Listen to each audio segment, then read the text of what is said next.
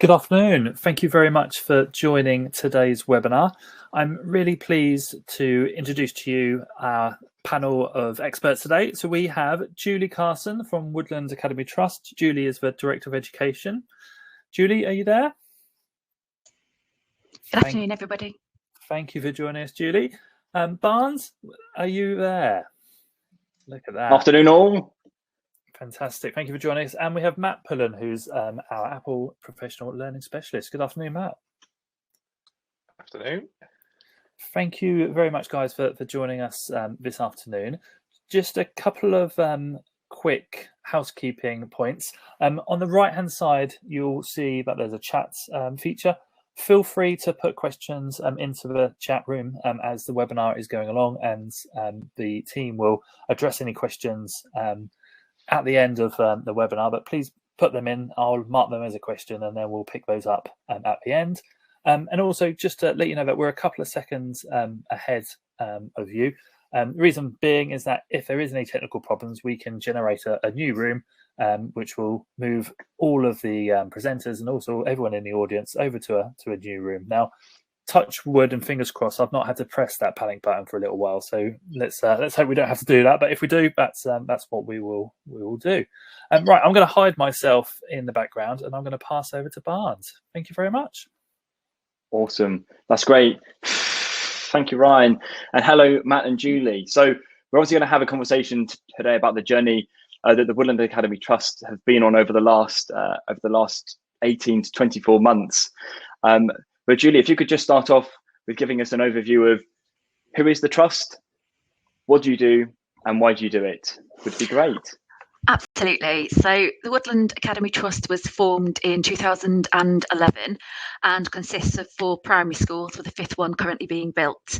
And we serve around 1,800 children across Bexley in South East London and North Kent. We've got higher than average disadvantage, around 48% across our schools, higher than average SEND, and also higher than average EAL.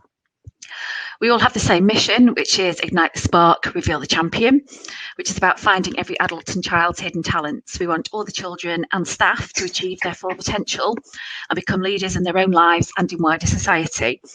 Everyone's got a champion within them, and we aim to equip them with the skills, experiences and beliefs to find it and to let it shine. We recognise as a group of schools that we're stronger together, and we value the collaboration of all of our staff. We're passionate about social justice and improving life chances for all of our children and for the wider community too. That's fantastic. Thank you very much. So to shape the chat today, could you give us a rundown of what were the initial challenges or the problems that you set out to solve that's led you to where you are today? Absolutely. So we'd felt for a while that our computing curriculum did not meet the challenges of the 21st century. So we used one type of hardware, which we'd been using for a while. We didn't ask any questions about it. We were just kind of in that rut, and we hadn't got to grips with many elements of the computing curriculum. We also used tech as an add-on and not as something that was embedded. And children were directed when to use it, so it wasn't kind of a choice as to they could choose to use it as a learning tool. And I think, I was extremely fortunate, as just before the pandemic took hold, I had the opportunity to attend a leadership programme looking at EdTech, and this became the trigger that I needed to rethink our approach, because it gave me some reflection time. During the programme, I worked with other trust leaders, and I heard from key researchers and had demonstrations from EdTech educators, including Apple Professional Learning Specialists, and all of this reignited my passion for getting our computer offer right. And then I could see how that it would open up the learning for all of our children. And it highlighted aspects such as we live in a knowledge-rich world, but are we equipping our children to differentiate between things such as real and fake news? Were we equipping them for roles which will be in place in the future? Were we offering our pupils the highest level of accessibility in order to support their learning? And the answer to all of that in my mind was no. So after the CPD, I knew I wanted to open up our offer with the children using a range of hardware and software, so not just the one that we'd chosen, and then integrate technology into the curriculum so that it was embedded so that children and staff were confident to use it at any point, not just kind of when they were directed to. Awesome, and it's nice that you've seen that you need to give the students the choice to use technology instead of saying, okay, in this lesson we're going to use at the computer lab or whatever, you're giving them the option to express themselves how they like. And you mentioned real and fake news. That's a phrase that we've not heard in a while, in a fair few months, in fact. You touched on accessibility, and also at the start you touched on the fact that you've got a high send provision. Are you going to touch on the accessibility features that you've used with the technology a bit further on in the presentation? Yes, I'll explain that when we talked about Excellent. how it's opened learning for some of our children. That's great. That's great. So, what did you do to address these initial challenges and problems? It's been quite a journey for us. So there were several different layers to this. So first of all, I needed to make sure that all the executive leaders, so the CEO and the CFO, who obviously hold the purse strings more than I do, were on board with the direction that I wanted to take education and understood the reasons sat behind it, and also the vision that we had for the education aspect of the trust. We then needed support with it, so that's when we started working with academia, because obviously we weren't technically minded enough to know what we were going to do, just where we wanted to get. We then obviously needed to secure the finances and develop our initial plan. So what we did initially was we worked with academia and Apple Education to design a pilot with 30 iPads in each school, so that we could trial their use, judge performance, and identify how best to maximise the technology. Now, we decided after lots of conversations not to go down the route of one-to-one deployments in one class, but instead decided we'd upskill all staff so that they could decide how best to use it. And the reason we decided not to go down the one-to-one deployment route was because we're 2 and 3 form-entry schools. So actually, by only one class having use of them, there wasn't equity, and we needed to have that equity across all the classes. At this point, I also put a case together for the Trust Executive Board, because I knew in order for this to be a success, it needed more than just me. I'm great at the strategizing aspect, but the actual delivering the project in the schools, being able to get into classrooms to support it, that's not what my role is, or particularly where my strengths are. So I requested funding for 2 things for the executive board, which was to have an assistant head teacher role out of class who could lead the project, work alongside classroom teachers on a practical aspect, and then also a specialist computing teacher to deliver the computing curriculum and support its development. And then both of those roles were approved. So at the start of the journey, we realised the core element was training, and we worked with academia and Apple education specialist Matt Pullin to develop a 10-day programme that we used across the trust. So the first thing that we did was appointed a digital lead in each school, and we did that through applications. So there was no extra money, no TLRs or anything, but we wanted people who were really passionate about the role, and people who were invested in developing EdTech within the schools. And we had no problem actually with having people come forward for that. So then what we did was we trained all of them and the 2 trust staff members to train the trainer training, which Matt ran. So they had a really clear understanding of all of the different apps that we could use, and then would be able to go out into schools to support it. Our next step then was to start whole staff training, and this started with the vision of where we wanted education to go and the reasons behind it. And we also decided, taking Apple's view of focusing on getting one thing right, which married up with Mary Myatt's view of do less things but in greater depth, that we would focus on 2 key apps with all staff, and we chose Keynote and Clips, with a view to them being understood and embedded in practice in the curriculum by the end of that year. We decided if we took all of the different apps that we could use to become an Apple specialist teacher, then actually that would be too much for staff. We just really wanted to make sure that these 2 were embedded. Matt also, in our early conversations, I'm going to hand over to you in a minute, Matt, to explain a little bit more about it, shared some work that he'd done previously, which was using Keynote to develop a workbook for a particular topic or subject. And we really loved this and could see the potential of it. So we decided that the next 5 days of training with Matt to develop this approach across all of our different year groups. So we released staff from the different year groups to work collaboratively with Matt for a day to develop the workbook workbooks so that they were in place. And then after that, Matt worked with the whole staff across the trust to deliver training, focusing on different areas such as accessibility, revisiting Keynote and Clips so that we kept it at the forefront of everybody's minds and could do any problem solving, and then AR. And we also booked extra time in with Matt to deliver some parent workshops as well to support our journey. I'm just going to pause there, if that's all right, Barney, and hand over to Matt, because he can probably explain a bit more about the workbooks, and then I'll pick back up with our story after that. Yeah, that's okay. Thanks, Julie. Over to you, Matt. Yeah, it's been a real pleasure to work with a team with an absolute clear vision of what they wanted to achieve. So from day one, when I came on board, to kind of, I think the first session I did with Julie was around like the art of the possible. What could this look like? And I think that married to the vision of what you wanted to achieve, not what does the device itself do, but what do we want our learners to be able to do? What do we want our teachers to be able to do? So that enabled us to build that really, really comprehensive plan. Like you said, the train the trainer model, because it's ongoing, it means that the staff support is in place. It's not relying on someone like myself to have to come all the time. You've got dedicated people within each school that have gone through a training program to develop their knowledge and understanding. Then the ongoing training to develop those workbooks, and we felt that was a good angle to go down. And I think you'll mention more around the accessibility that features in a second, because it allowed students and staff to be able to create things in a way that worked for their learners and gave choice to the learners to not necessarily have to always do things the traditional way of writing in books, but still allowed that to take place, but equally allowed students to have a voice or be creative and make videos, etc., and do something to explore learning in a great way. So yeah, we've worked full days.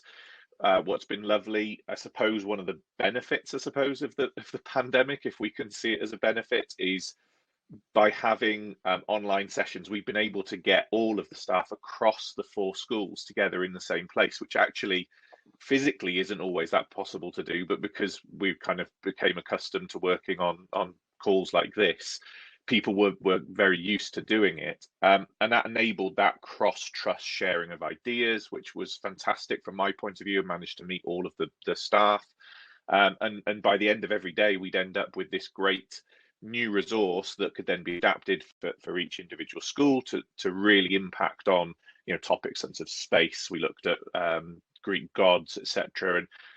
And what was brilliant from my point of view, and I've shared this with Julie and the team, is that the enthusiasm on the back of those sessions led to not just seeing that individual resource as a product of the training, but the ideas that kind of flowed out of that training. And people were just doing all sorts of fantastic new things in the classroom, and I know that because they shared them on social media and tagged me into it, which was fantastic to just see that enthusiasm and impact in the classroom of what students were doing. So yeah, we've built on that. We've done additional sessions. Julie mentioned the session we did with parents. It's obviously part of the community aspect of anything that you're doing if you're changing something, to engage the parents so they understand the process. So that was a really exciting thing to be part of as well. And all of this is about ongoing innovative transformation. It's not a one-stop, here's one session with your staff and hope that it all kind of, that vision comes to fruition. It's exactly as we said, it's small doses, in depth, making sure people really understand that the true impact of the technology in the classroom, and not just jumping onto another app and training you on how to use an app. It was the depth of what can you do. And I learned things, which was fantastic. When we were working as a staff, I showed someone something that was possible, and they took it to a complete other direction, and really developed a resource, which actually was, I now steal that idea. I'll hold my hands up, Julie. I've stolen the idea and I share it to other schools, etc.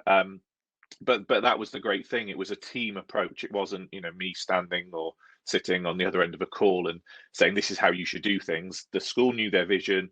Julie's obviously got that vision for the trust, and we just integrated where the technology would have the best impact. Thanks, Matt. And I think while that was ongoing, we also had something running kind of parallel with that. So we were making sure that our computing curriculum was bespoke. So we were capturing the use of iPads within that. So for instance, our year one computing curriculum has been rewritten to start with actually teaching children from when they walk into year one, the different aspects of the iPad and how to be able to use them. We've also built Swift playgrounds through coding in year 3 and year 4. The children in year 4, for instance, are using Keynote so that they can design their own apps as well. And then as well as rewriting our curriculum, we were also mapping out our wider curriculum, so our humanities and our science, working in where would we be able to use some of the apps that we'd use, so Keynote and Clips, for instance, in this occasion. So then by the end of the year, it's a case of let's gather everything that's been put together and making sure it's in our curriculum so it's sustainable. So we were working on that. And then kind of in year 2, we continued the work with Matt. Then we've been focusing on the next 2 apps of choice. So that's just started this academic year. So that's Pages and iMovies we're working on now. And then we're continuing with the year group work, and we're continuing to refine our curriculum to include the technology. We've got the digital lead still in each school, and we've appointed digital champions who are pupil based in each school as well, who we're training up to support this aspect. We've also just introduced Shobi this year and had training on that, as well as their kind of partner apps, Socrative and Hellogo, we're looking at this particular year. And I think the thing was at the end of the first year, I knew it was the vision kind of sat with me, and it was all kind of in my head, and I'd communicated it to people. But that all being knocked over by a bus, if I was knocked over by a bus, there was no guarantee that vision would continue. So what we decided to do was a 3-year digital strategy, so that everybody in the trust knew exactly where we were going, and then being able to kind of break it down year by year, so then we could work our finances into that as well. So obviously I worked with the digital leads in each school, as well as kind of trust services, and we looked at the whole picture, so not just the education side, but actually the rest of the trust and that support network of the trust and what that was going to look like. So we generated our 3-year digital strategy and then shared it with all our stakeholders, so everyone is very clear now as to year 1, year 2, year 3, and where we want to end up. And I just want to go back to, Barnes, what you said about the children choosing as to when they can use it. And I think there was a fabulous advert from Apple, which and probably if you Google it on YouTube, it's called Gravity, and it was a lesson based on gravity, and it showed children choosing to present on an iPad and what exactly they could do with it. And when I saw that advert, I thought that is exactly what I want our children to be able to do. So that was the whole trigger on the reflection for me. It is a great advert, and for those that haven't seen it, it's well worth a watch. It's students go away, some write essays, some make videos, some smash up some watermelons and all sorts. It's it's great. There's a few things from that have stuck out to me, if you like. It's great that Apple Teacher has kind of underpinned everything that you're doing as a trust, so all of your teachers know what they're working towards. But the fact that you've only dived into 2 apps at a time, so you can really get a good deep dive and a good understanding across all staff, which then, as you mentioned, has helped you to create almost a sustainable curriculum across the board and across all schools in the trust. So teaching is then set at a level across all schools, as is the CPD and things. Something else that stuck out is that learners are the focus of everything. It's not being a case of we're doing this to help the staff out. It's a case of, okay, we need to do this because we want this end goal for all of our learners, and the staff are coming on the journey with us. So no, that's awesome. And as you mentioned at the end there, that you've now got the whole trust and all of the stakeholders that are all bought in to the plan, which is exactly what you need. If there's some people that aren't bought in, it's always a bit tougher to do a whole trust thing. So that's great. So I guess along the way and along the road, along the journey, you've had some awesome happy accidents. Have you had any to note? Yeah, we've had a few. So I think the key for us, and Matt was talking about this as well, is the better collaboration across our sites. So we've always collaborated, but it's been on the periphery, or it's been I don't want to use the word enforce, but we've arranged it as a trust. And I think by the fact that the staff have worked so well together on these projects, it's then naturally carried on afterwards. And also, you know, people will find things I hope they have worked particularly well in the curriculum or on the iPads, or kind of hints and tips, and then they've shared them wider across the trust. They're also reaching out to people to plan other areas, not just computing or EdTech as well. So that's been a happy accident. And I think something that I thought was fabulous was, it was one of those moments where the you know, the hairs stand up on the back of your neck. So some of our children have used the skills that they've learned in school at home and have done some work at home and then sent that into school. So we had one child, for instance, who had learned animation. I think it was using Keynote, and he'd created an animation of a rocket taking off from Earth and landing on the moon at home, and then had sent that in, which was fabulous. And then it's also using of other apps such as Padlet, which we've used across the trust for kind of sharing good practice and capturing good practice. But also, I think it's opened us up to wider tech use. So in the past, you know, we were very much, me in particular, to be fair, pen and paper. So I'd have to put things onto paper to, you know, good old to-do lists. It was all on paper. Whereas now we're using things like Mural and Trello as well. So it's just much easier to have that cross communication with everybody and to plan things out. So I think they've been the key happy accidents for us. That's awesome. It sounds like it's really helped to bring. Oh, sorry, Matt. Go on. Sorry, Blanche. I was just going to say, from my point of view, that is the truest picture that I've seen, is that it's hugely been embraced. There was not one session, and if we're honest, we know that there's always some reluctant teachers moving to technology, and especially in the year that you were doing this with a pandemic going on and all of the other pressures, usually you'll get reluctant teachers. There was not one reluctant teacher, and I absolutely categorically, I'm telling the truth. There was not one element of feedback of, we don't want to do this. And I think that shines through in the fact that you talked about that vision, that shared vision, and like you said, the learners were at the heart of everything.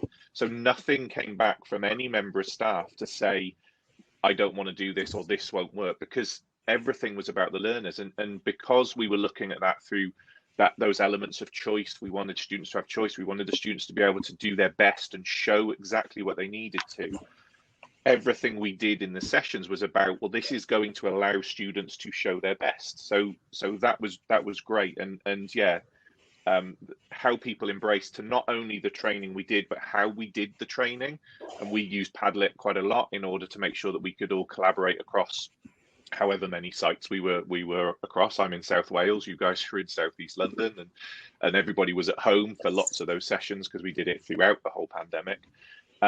People just jumped at the, I can learn something here, and it was such a really, really nice experience to be part of, I suppose as an outsider initially, but I don't feel like an outsider now when I do the training. I do feel part of the trust. So that's been a great learning experience for me as well. It almost sounds like the whole project has had another nice surprise, if you like, in that it's brought the whole trust community all together as one, whereas previously maybe, you know, the staff wouldn't have collaborated. So that's a really nice happy accident, and there's a lot of happy accidents that have worked out for the better there. So thank you for sharing. And another one for you, what would you do differently if you were to do the whole thing all over again? I realise you probably wouldn't want to do the whole thing over again, but I'm sure there'll be some advice for those that are listening. Yeah, there's a few things actually. So I think on a personal level for me, my technological understanding is not great. So, and I kind of mentioned that at the beginning. So I think, you know, as far as setting up with Jamf and the early discussions about whether it's Jamf or Jamf Pro and some of the acronyms, I really struggled with that. So, you know, if I was doing it again, I would make sure that I understood all that before we undertook this. I think also would be to visit other schools who had implemented this. And, you know, I had some great conversations with some of the schools who were fabulous giving up time in the pandemic, but it's not the same having conversations as going to actually see it being implemented. So, and it was just the timing of it all because of the pandemic. So I think actually going to see it and taking some staff with me as well to go and see it being implemented in schools is something that I would really like to do.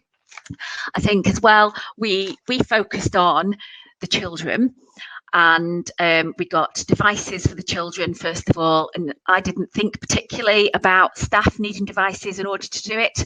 So I think if we were doing it again, we'd focus on getting the staff their devices first, making sure Apple Classroom was all set up and making sure they were confident with the management of that before we start to roll out apps and how to use them in the curriculum. So we kind of did it a little bit upside down. I would also not cut any corners to save any money. So for instance, we had the opportunity for our iPads to buy them ready set up. So they would literally, we'd get them out the boxes and we could go. Whereas we thought it would be money saving to, no, we will set them up ourselves. But actually it wasn't money saving. It's cost far more in staff time. So I would take the offer of any kind of expertise with that. I've also considered whether it would have been better to do the digital strategy right at the beginning, so rather than at the end of year one. But on reflection, no, I think at the end of year one was right, because I'm not quite sure I'd know at the start of the project where we were going to go with the digital strategy. And I think we needed that first year of experimenting and finding out and discussions of the vision and where we could go and where this could take us, to then form the digital strategy. So even though I've thought about that, that's part that I wouldn't change. But I definitely start with, let's get everybody sorted first with their iPads and trained on those, rather than starting from the children's point of view, because that did cause some technical issues with the development of the teaching and learning at first. I think that whole idea of doing the digital strategy at the end of that kind of maybe pilot year, maybe you call it a pilot year, because you then knew what you didn't know originally. And I think, a lot of this was a learning curve. And again, I'll mention that you did all this in a pandemic, which is no mean feat in itself. The balancing of emergency measures to deal with things, as well as, this is not a emergency solution. This is your long-term vision. This is something which is years in its trajectory going forward. And I think that when you explored those things, and we've had meetings and you were part of those sessions and learning yourself, and that's another really big thing to kind of highlight. The training was not just to staff, everybody was part of the training. So you were in the training and you're learning things in that, because that helped, I suppose, formulate that vision, because once you know what's possible, you can make those tweaks to that strategy going forward. So I think you're right. I think you'd always maybe think, well, that strategy should come first, but maybe it's a fluid strategy that can be developed over time to make sure that it's absolutely on point. And maybe that's where the professionals, the experts like myself, can come in and just give advice on things. It's by no means telling you how to do it, because you know your audience better than anybody. But that's something that I've learned a lot this year, in how you've managed things as a trust, and how you've adapted, but always stuck clear to that vision and goal that you had at the very start. It's also interesting to hear that you would start with the staff first as well. There's always a question that comes up, and it's about staff confidence, and it's the fact that if you give these devices to students, they're going to pick them up and absolutely fly, and the member of staff is almost left behind. So it's interesting that you would start with the staff first and then move on to students. I think that's a good way of doing it. So then you build their confidence, and they're happy with what they're doing. How have your students improved how they learn with iPad? Yes, so there's been some great impact, actually. So I think removal of barriers in learning. So for example, the confidence in writing, and this is where the accessibility tools come in as well. So for those children who aren't particularly confident in writing in their books, sometimes writing or typing on an iPad is completely different to that particular child. Also because you've got the speech to text access, so they can talk to the iPad, they can make videos on it, and then also the iPad can read aspects to them as well. So if they're not confident with their reading, or they just kind of need that reassurance, they've got that. Also being able to individualize different applications for them, so size of the text, color background, the different settings that those children have for their iPads, that's been particularly beneficial. I think also the collaboration aspect from our pupils. So you know what it's like if you're working in groups, there's always one or two children in that group who will dominate and will hold the conversations. So by using some of the tools such as Padlet, it's made sure that those children who are quieter have a voice. So, you know, because it's much easier to put something on a post-it on Padlet rather than have to kind of talk to somebody else, or if they don't want to ask questions because they're a little bit shy, you know, putting your hand up in a class of 30 can be quite tricky sometimes. So actually by being able to communicate with the member of staff, that's really supported their learning as well. And I think a particular key one for us is the speed of assessment. So using things like Kahoot and Socrative, it's meant that staff can really quickly identify gaps and then put things in place to support those children. So things like, you know, the do nows at the beginning of our maths lesson, you can do that on Socrative, and then within seconds it's all marked and analysed for you, so you can see which children you might need to do some rapid intervention with before you move on to the main part of the maths programme. So it's really helping develop the learning of the children and closing their educational gaps. Something that was great that came out in conversations that I suppose this year will be the test of whether this happens was also the function of the device, the mobility of an iPad over the portability of a laptop, say, and staff were starting to explore that because they had a mobile device, they could be anywhere in the classroom. They could support from anywhere, that the classroom didn't have to stay the person at the front anymore, which meant they could target intervention without having to sit students in, you know, at the front of the class or something because they're closer to them. So for those students that needed that extra support, the teacher moved to the student, which could change that dynamic. And I know that came up in a few of the training sessions, talking about that as an impact. Having the device as a mobile visualizer to support peer assessment and to share student work, that was something that was really, really impactful, because again, it changed the dynamic in the classroom, but then also how that supports the students to be mobile in their learning. And as you said, you know, all learners learn differently, and some students might need that ability to just take themselves away or outdoor learning. And again, last year, probably not the time to try those things out of let's all wander around and mix as much as we need to. But as things start to return to a little bit of more normality in the classroom, I know that this year we're going to be looking at that impact of the mobility of the device and how we can use that to capture the world around us and engage in real world kind of learning opportunities. That then leads us nicely into how has iPad improved how teachers teach. So Matt, you touched on a few points there that, you know, they're no longer needed to be right at the front of the classroom. And Julie, you mentioned that they're using a quizzing tool now. So, you know, the students are getting on with a quiz at the start of the lesson while the teacher is able to set everything else up for the start of the lesson, which is great.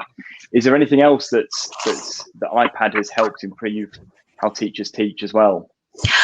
I think it's really unleashed the creativity of some of our teaching staff as well, which again has impacted on that learning experience for children. So, you know, we'll see things in some of the classes where a dinosaur has been in the classroom and has upended tables.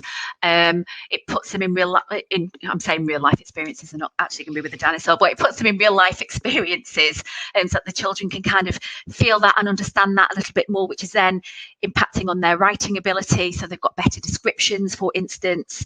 And I think it's encouraging the children as well to be more creative in their responses. Unleash the creativity is quite a phrase, and the fact that it's helped all of your staff to unleash their creativity is awesome. I mean, I don't think I'd advocate a dinosaur attending every classroom in the school, but no, it's great that, you know, you are using a mixed reality through iPad and to give the student the extra experiences that I guess otherwise they wouldn't have had in school. And that then leads us nicely into how has the student experience improved? So, you know, you mentioned just there that they're now using AR to experience the dinosaur, which obviously they wouldn't ever experience in, well, who knows, you know, in their life. So yeah, how is the student experience improved? Yeah, so I think, you know, some of the things that I've talked about already. So better from the assessment point of view. I think, you know, there's less pressure doing assessment in multiple choice quizzes with things, you know, on some of the apps, rather than sitting and doing formal written tests, and they get that immediate feedback. I think through our marking and feedback policy as well. So we've got whole class feedback. So it's what you were talking about before, Matt, as well, about being able to share things using the iPad as a visualizer, or sharing it over Air Server, so that they've got that immediate, this is what a great piece looks like, let's unpick it, let's discuss it, that's fabulous work, let's share this with the class as well, how can we improve this, those conversations. And then, you know, being more engaging. Actually, our children, you know, are hugely engaged and hugely excited about the ed tech. And, you know, some of the lessons that I've been in, so I went in one lesson where they were using the Google Maps app, and the children were so excited to show me how it worked and to tell me things, and I was learning things that I didn't know Google Maps had done. I thought, oh, I need to be in that lesson. I think these were year 3s that were doing it, and again, it's about improving that accessibility as well, so actually all of our children can really learn and excel. And we find it, you know, those children who find it difficult to write, for instance, we don't necessarily know that they can use descriptive language really well because of that barrier, but the minute they start recording it into the iPad or making a video about something, you think, wow, that's amazing, you've got a real skill for doing that, and we didn't know. So I think, you know, it's those opportunities and those experiences as well. Yeah, I think on the kind of SEN front, and this is not to say that this is the solution for all, but it does, exactly as you said, gives new opportunities for learners where the barrier could be the method that is being employed with that student. And, you know, technology has always been a tool which has supported SEN students in one form or another. And I think what you will find, and I'm sure that you can talk to this specifically to your schools, but what the work that I've done with schools, you know, around the country, has been that you didn't realize, exactly as you said, you didn't realize a student had that capability because you'd always asked them to show it in a traditional way. And when you free that up, be it through using audio recordings, be it through creating videos or animations or whatever it might be, you suddenly realize that the student knows more than you thought they did because of the method you asked them. It also shows the student that they are more capable than they thought they were, because they never really got the true grading, because they were graded on their ability to write as opposed to their ability of what they can demonstrate in their knowing. And that changes the engagement. And exactly as you said, students are so keen to then develop those additional skills of sharing and developing others and wanting to talk to adults about the things that they're learning. And those are fantastic skills that we want in our learners as well. So, you know, the impact, I've just noticed one of the questions was around SEN. Absolutely, because it's about personalizing the opportunities for those learners in the classroom. iPad can, and hopefully Julie's highlighted that, have a huge impact on SEN, but not just SEN, because it actually creates this universal approach to learning where the resources you create are accessible to everybody regardless of need, because the device itself supports that access. And it's great to hear that the students now have some students now have a newfound confidence to, you know, approach you, Julie, and say, oh yeah, you know, I found this new app, isn't it really cool? I can now do this and that in over in Google Maps and things. And there was something else that you touched on that was a point I was going to make, which has gone. That's frustrating. I'll come back to it. So that's great. So how has your teacher workload been impacted? You know, there's been a lot that you've introduced here. There's a lot that you've done for students. There's a lot of training that you've done and things like that. So yeah, how is your teacher workload taking an impact? Yeah, so it's reduced it in several ways. So for instance, we're not printing as many resources, so no more time stood at the photocopier, which is dead time. Speed of providing tailored feedback as well has increased and reduced the amount of kind of active marking that needs to be done. It's much easier to share resources, so planning time is reduced as well. The accessibility features for our children has meant that, you know, on some occasions we are reducing the amount of time spent getting the scaffolding and differentiation right, and then also a reduction of, you know, kind of wasted learning time where children are cutting and sticking things because it's much easier to just drag it and drop it and then share it on Air Server, for instance. So yes, there has been a reduction in workload. And that's something, as we develop our marking and feedback policy to incorporate our work with Shobi, that's something that should have even more impact as well. Excellent. And have you found that your students have taken more interest in staff feedback as it has been so active? You know, it's not been a case of hand my book in on a Friday and I get it back on a Monday, when actually on Monday I'm not interested in the piece of work I did last week. Have you found that there's been more of an engagement from students to act on the feedback almost instantly and improve their work to the best it can be?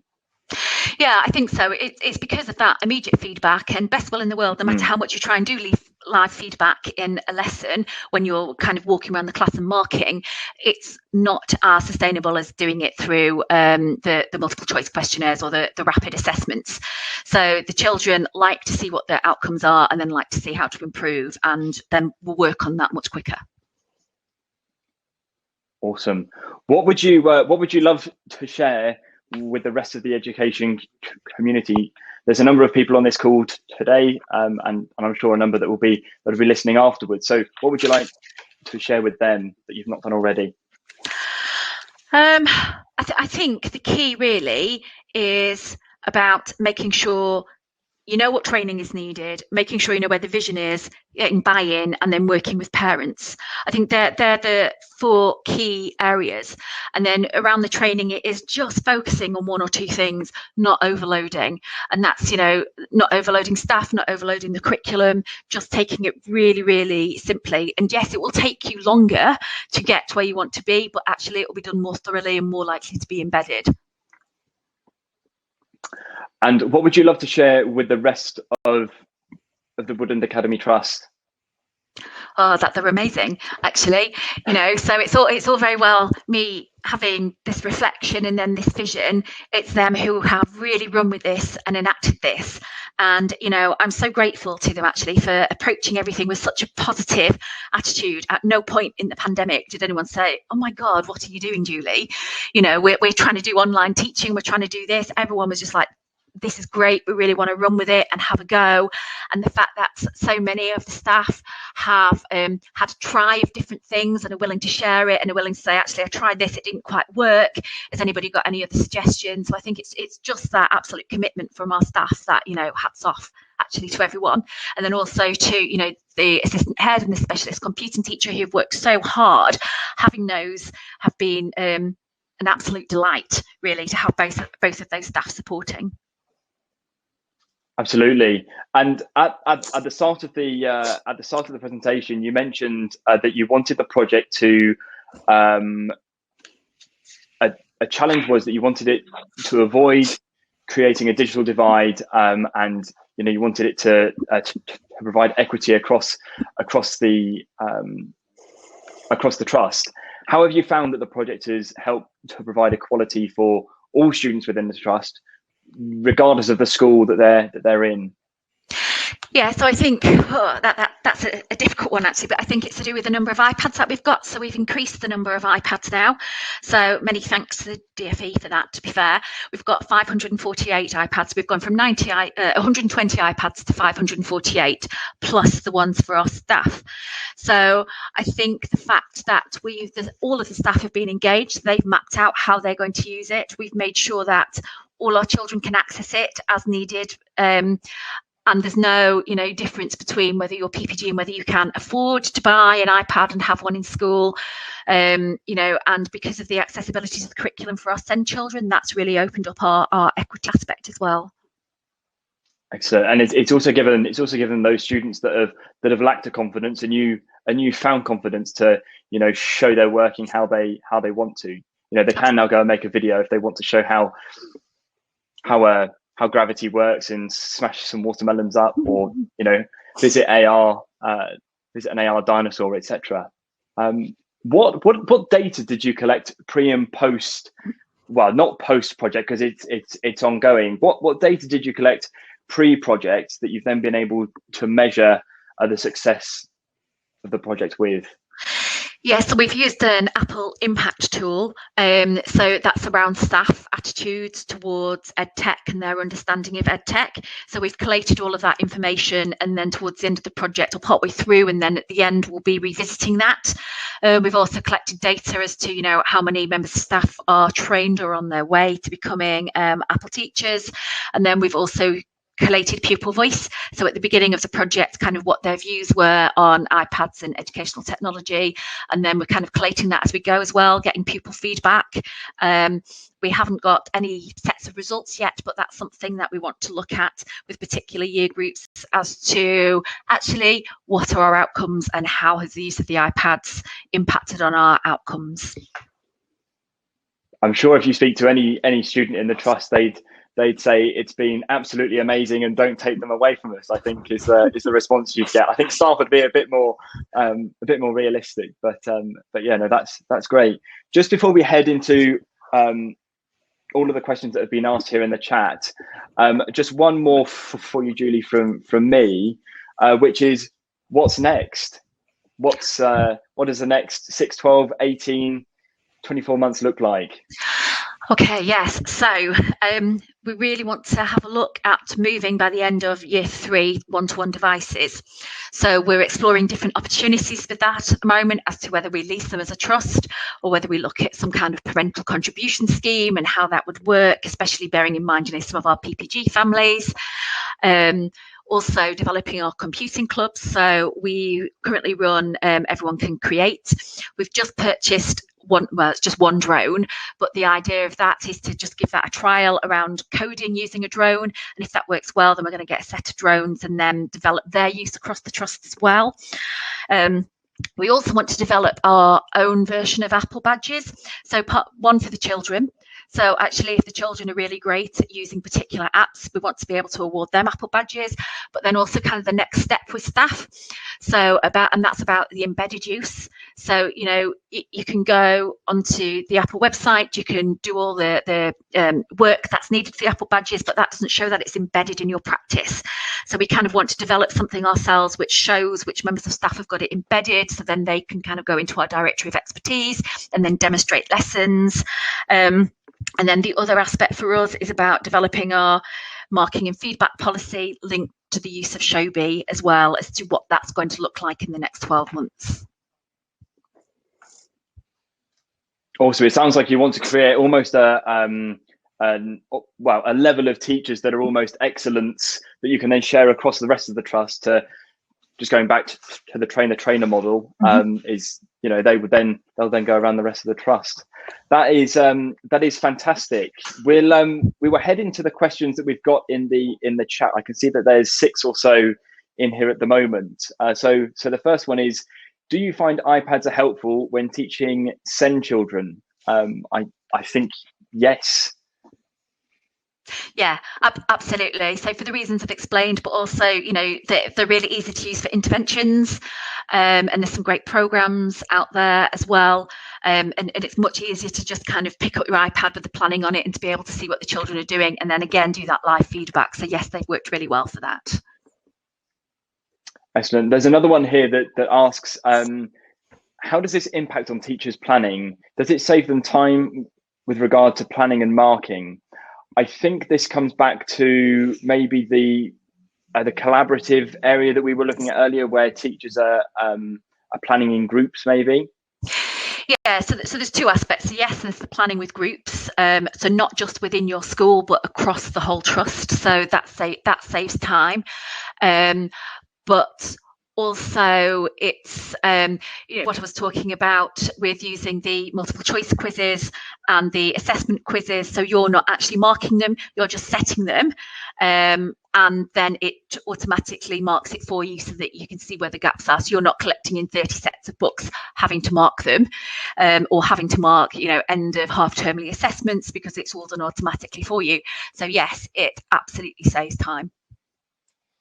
And it changes the focus, doesn't it? It changes the focus away from the monotony, I suppose, of doing the marking to spending time looking at the data to look at next steps. So yes, teachers potentially were spending hours and hours and hours marking books, and then didn't actually get enough time to actually look at what next? So this has taken that and moved it all the way to the device does the marking, or the app does the marking, and teachers spend the time then looking at those next steps and interventions, which means feedback is a lot more purposeful because the time is spent analysing data, not kind of creating the data in the first place.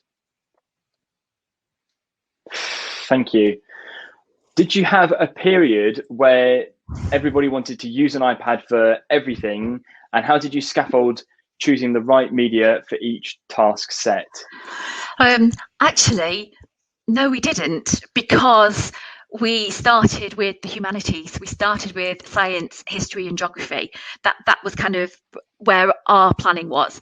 If somebody else wanted to use them for maths or English because their confidence was there, then great, they could, but that wasn't kind of our expectations or what we'd set out to do. And I think the scaffolding aspect around choosing the right media, that was very much in conversation with Matt when we were doing the planning around that. And then some people just experimented and they had to go at different things. And that's where the conversations and the sharing went in. So I think kind of setting those parameters of, actually, we're not expecting you to use it for everything. We just want you to concentrate on these subjects to start with, really helped stop that, I want the iPads, and everybody needed the iPads at the same time. It probably also helped from the point of view that we were in lockdown for some of it, because that's when a lot of the experimenting could take place, when you were working online anyway. So it wasn't the physical resources in school that everybody was trying to barter for, really. We also spent a lot of time talking about the pedagogy behind the use of the technology, and it wasn't iPad lessons, and we were very clear to say this is not you're teaching constantly with an iPad. It was about, when does the iPad serve a purpose in a classroom to support learning, and we'll build on that even more this year as we kind of start to develop this even further. But we really were clear with all the staff that you're not designing a lesson that is all students on iPads from start to finish. It's about, where does the purpose of the iPad change the outcomes for the learners, and that's hopefully something that you've shared there in terms of the impact. Students have seen it, because they'll soon get bored of using, they might get bored of writing in books all the time. They'll soon get bored of making videos all the time if that's all you're doing. And a lot of the focus was on, why are we doing this? What is the impact going to be on the learners? How does this change their outcome? And if it is just a case of a teacher taking a photo of the student's work, or the students taking a photo of something and annotating over the top, that small piece of work, using the tool in the right way, has big impact in the long run. That's excellent. Thank you both. Do you get any pushback, or did you get any pushback about screen time and reduced time spent on handwriting? No, we haven't, not from parents. And I think that's partly because of our communication with them, but also because we're not using one-to-one devices. So we're using them at different points for specific reasons. It's not a child has an iPad for the entire time. So we're still doing kind of traditional handwriting lessons. The iPads wouldn't replace that. So it's not really had that sort of impact. I think the thing we've had to be really clear with is if we've had anybody external coming into school. So, you might have your school improvement partner coming in who might look at books and be like, well, hang on a minute, there's only one science lesson in here. Where's the rest of your science lessons? Well, actually, they're all on Shobi. So it's making sure that we've had more pushback from external partners, really, which has just needed better communication than with our parents. That's a really interesting point, actually. It's a case when the inspectors do come in, you're collecting a number of books from students, and they go through the books and make sure that everything's there and the feedback is there, etc. Maybe something that other schools haven't considered is maybe, what happens when the inspectors do arrive and they are an iPad school. How do they prove the working and the progress of student work from feedback, etc. So, thank you for touching on that there as well. Within a normal week, how much would you say the iPads are used in one class? I guess it changes from week to week and teacher to teacher. Yeah, it does. And I'm afraid I don't know, because I'm not in the classes all the time. So, there's some teachers who will use them significantly more depending on their confidence. So the digital champions, for instance, will use them more across a week. But I'm afraid I don't know, but I could find out. Yeah, that would be great, and then we could share the answer afterwards in a mail. That would be great. And then the last one that we have in is, what app do you use to mirror iPad to whiteboard? You use AirServer, right? AirServer, Yeah. and it's not expensive and it's fabulous. Excellent. Well, thank you very much, both. That is all of the questions that we've had so far in the chat. So I will say a huge thank you to both of you for your time, and we will speak to you soon. Thank you. Thanks, guys. Thank you. Thank you very much, guys. That was brilliant. I will end up there and just play the out music now. But if anyone has any questions, I'll stick around in the chat afterwards, and feel free to ask some questions. We can pick those up, or you can drop us an email, info@academia.co.uk. But huge thank you to everyone that's joined us, and I hope you have a lovely evening. Thank you very much. Thank you.